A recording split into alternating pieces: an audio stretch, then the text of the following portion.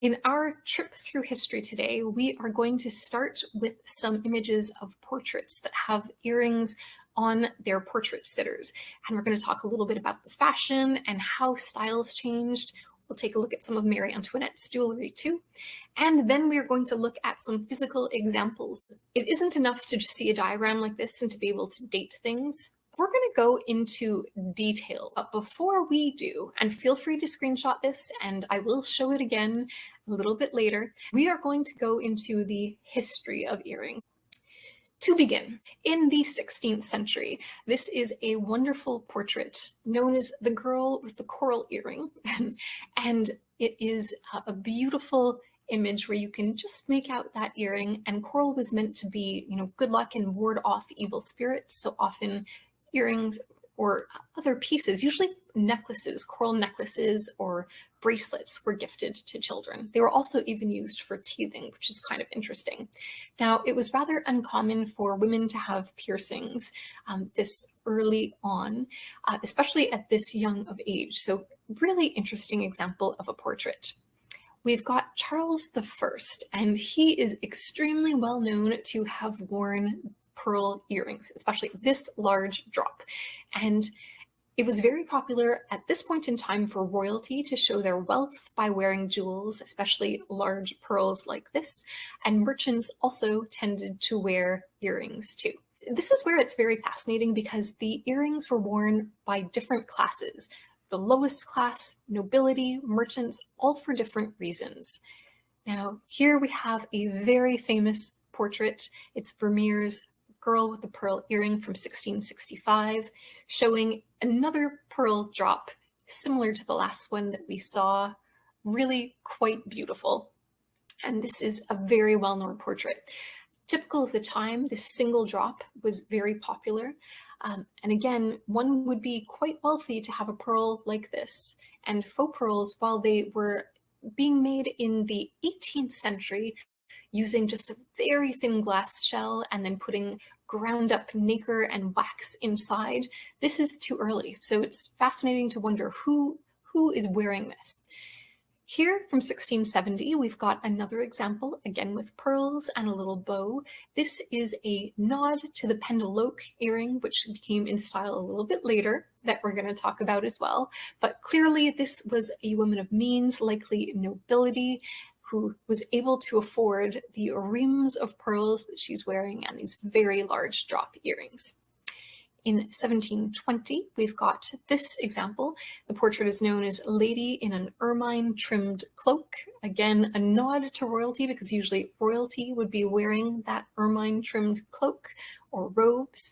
And this looks like quite a costly earring, possibly old cut, like rose cut diamonds and some maybe pearl drops. A little bit hard to make out, but again, this style was quite popular around 1720. Now, as fashions changed, so hair was up and down, the styles changed. In the 18th century, women began to wear more bonnets, which meant that there were fewer earrings that were being worn outside of nighttime. Here is our next example, some earrings from 1738. Again, this is right before bonnets were being worn, or an example of a woman wearing her very finest, where you can see the earring because the hair is being piled upwards and it is not disguised. Here's an example of bonnets, not too much hair, again with earrings in 1750. And past this point is where you will see fewer of them unless it is for the nighttime. This takes us to Marie Antoinette. Now, she obviously was a lover of fine things and had many, many wonderful jewels, and she was a trendsetter in Europe and across the world. So we're going to take a look at a couple of her earrings and the styles that were worn then. Again, she had all sorts of updos and wild hair, and she wore very, very big earrings. And here is a sampler.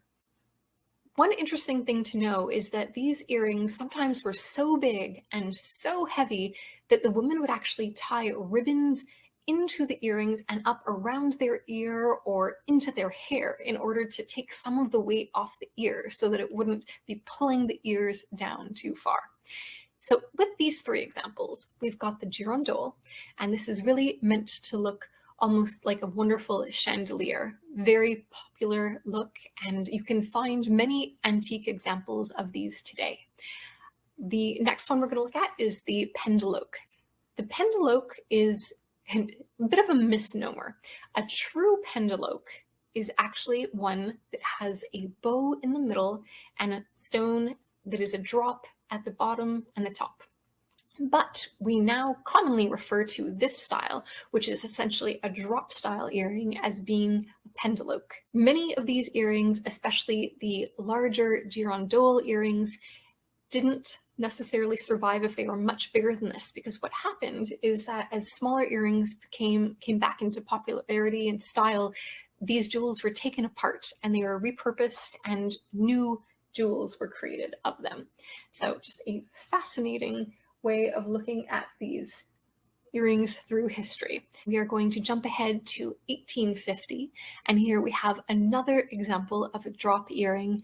Hair in the 19th century started going up again. Queen Victoria began wearing earrings that were a little large. Some of the things were earrings that she had inherited, and she also had some made for herself as well. And this is a beautiful example of an unknown sitter. And then we also have some men. So, once upon a time, it was said that sailors should wear a gold earring so that if they were ever washed away at sea and they washed up with that earring, it would afford them a Christian burial. In this case, we also have the merchant class that like to wear earrings, and it wasn't just the men, but it was also the boys. So we've got a young boy in the 19th century here shown wearing a hoop earring as well. And then a wonderful old tintype too. So this one's from circa 1880, and we have a woman wearing hoop earrings. So hoop earrings, these were something that were initially worn millennia ago in the continent of Africa, and they continue to be popular even today. So it is fascinating to see how they were worn and who they were worn by through history. Here we have Queen Victoria at her Golden Jubilee in 1887, wearing some large and in-charge earrings. And then, as jewelry began to sort of shrink down in size, as women got around more and more and were doing more things, we have an example from Marie Anna, an Austrian royal member of the royal family who actually ended up abdicating because she did not marry another royal, wearing an example of a beautiful diamond earring. This is just past her wedding, and it was gifted to her by her father for her wedding. So the earrings started to get just a little bit smaller again. And the findings really allowed these to sit close to the ear. We'll talk about those. But first, we're going to look at some Art Deco examples. And this is Lucy Durain, and she was a silent film actress. She wore famously only a single earring, and we've got an image of this here where she's got her hair covered by the caps of the period, and she's wearing one fantastic, long, expected to be costume earring from the 1920s. And then finally, we have an advertisement from 1936 where we see earrings for the pierced ear. And why this is important is because it wasn't really until the 1940s that it became more and more popular for women to pierce their ears. And it was kind of seen as even being a bad girl thing to do in the 50s. We've got a nod to that in the movie Grease, for example, where Sandy's friends influence her to get her ears pierced. And even Queen Elizabeth didn't have her ears pierced until after her wedding. So these pierced earrings really would have been for some forward-looking women. We have hoops. We have the example of the screwed pierced earrings, and then we also have what are the kidney backs. So we're going to now go through these in detail and really take a look at each of these earrings. We will look at the diagram of them, and then we're going to look at some examples so that we can get a feel for what these findings look like. And so if you're at auction or shopping in the wild, it can help give you a hint as to what the date is based on when the findings were introduced. Now, one thing to note, the oldest findings are sometimes still used today. So when something's introduced, that means it's the earliest date that it would have been found on a piece, but it doesn't mean that the piece is necessarily from that period. So that is just something to keep in mind when you are dating jewelry. And it's important to use all of the tools at your disposal when you date it, because you should be thinking about the craftsmanship, the materials.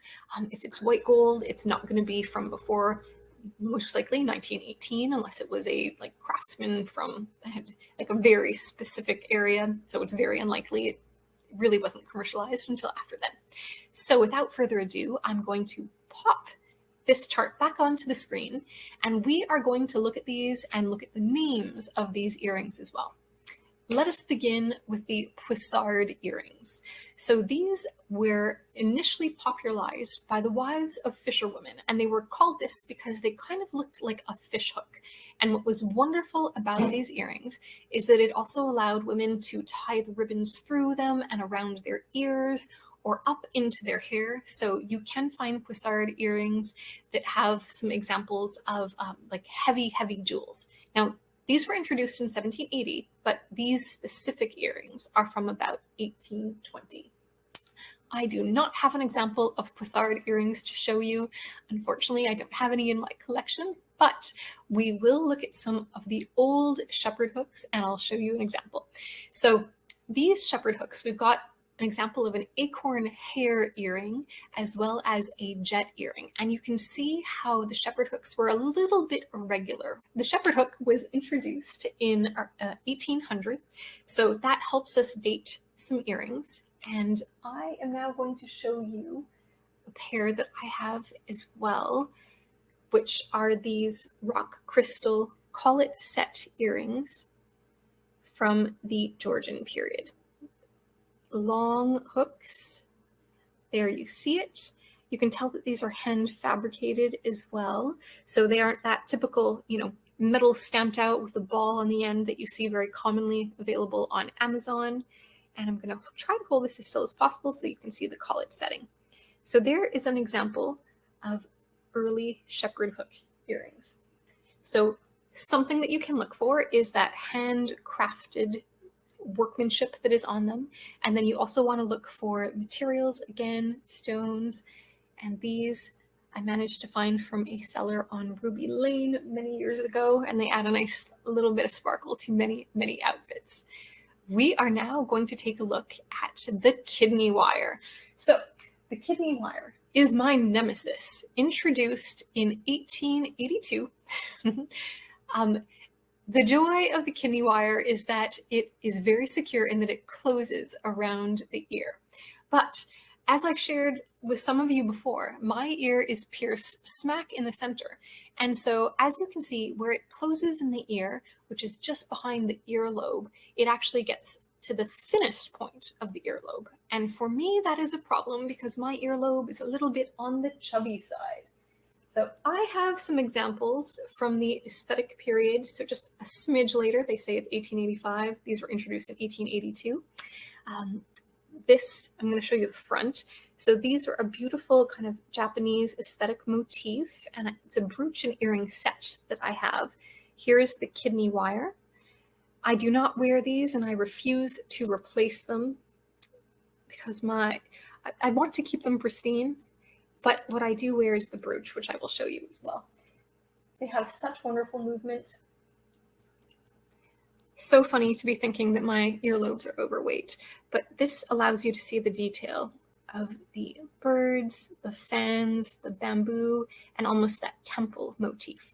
So we'll talk about aesthetic jewelry and we'll talk about Japanism another day, but this is my example of a kidney wire, and they are very simple to swap out. So if you ever buy a pair, it is super easy to do.